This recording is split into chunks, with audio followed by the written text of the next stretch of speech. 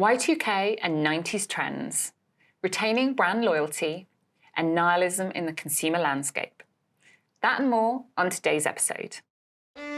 Want to know what's next?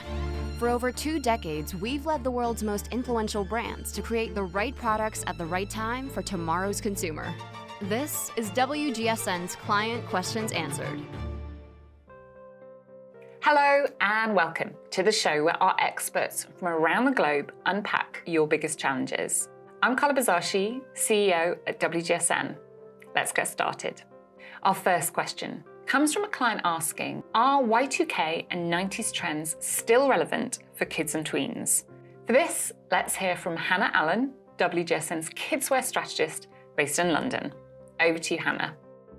Absolutely. In fact, things are only just getting started when it comes to Y2K trends, and 90s trends continue to be a key influence. The important thing here is to keep evolving these two aesthetics to ensure newness. For Spring/Summer 24, we see Y2K and 90s nostalgia blending with rising pop-punk influences, resulting in a rebellious but joyful do-it-your-way approach to dressing. Look to the youth markets for fresh directions, with the popular cargo pants and baggy oversized fits key. Give grungier pieces a vibrant update with acid brights and digital-inspired shades. Creatively engage with your consumers through craft kits, repair kits, and add-on accessories with interchangeable pieces. This will particularly appeal to tweens looking to put their own stamp on new and thrifted items through customization and visible mending. Amazing, thank you, Hannah. Our next question comes from a client asking, with the ongoing cost of living crisis, can you share some in-store retail strategies to retain brand loyalty? Very good question. Let's head to London to hear from Renil, who's our fashion team's analyst for retail and buying. Take it away, Renil. The cost of living crisis is currently one of the most important topics of today, and retailers, especially commercial and mid-market brands, are ensuring they fortify their market status and relevance as consumers seek more value from products, specifically looking for affordable but functional and fashionable alternatives. And what are some of the things they are doing?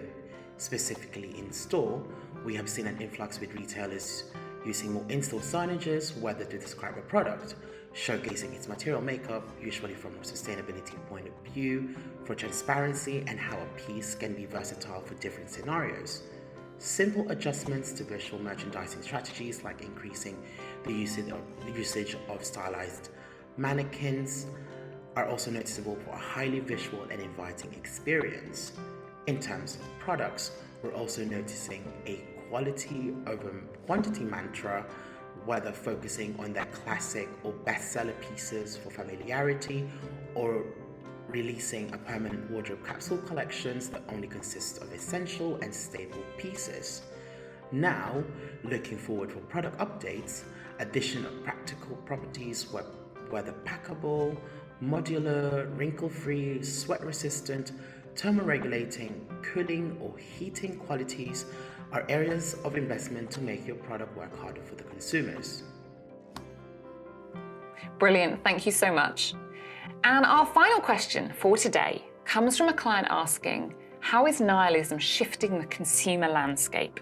Let's head to New York to hear from Cassandra Napoli, our senior strategist at WGSN Insight. Over to you, Cassandra. Nihilistic sentiments have been bubbling up for years amongst millennials, accelerated by the emotional turbulence of living life through multiple once-in-a-lifetime crises. Sadly, things don't look much better from where Gen Z stands, as nihilism has slowly seeped its claws into a cohort often commended for its values and hopes for humanity.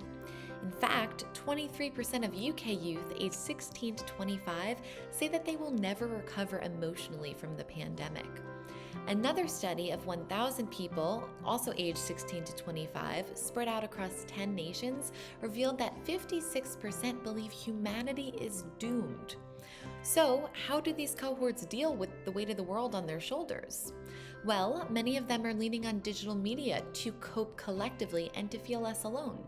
TikTokers are inserting humor into the notion that nothing matters via the floating rock trend, which boasts over 1 billion views. Now, nihilism is often synonymous with apathy, but that notion is being recontextualized by some thinkers.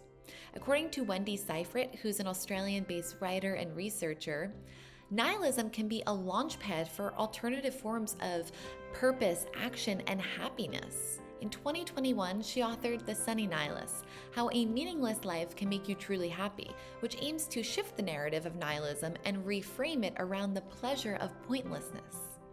Similarly, optimistic nihilism is a concept that centers on the idea that since life is meaningless, the possibilities are ultimately limitless. It's about accepting the freedom offered in a life void of meaning, which will evolve from the present passive norm.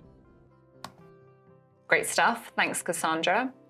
Our Insight team has projected nihilism to really emerge in 2025.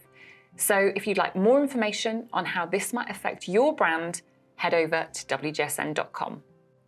That's it for this week. If you have any questions or comments that you'd like answered, please pop them in the comments box for our team. I'm Carla Bizashi. I'll see you next time.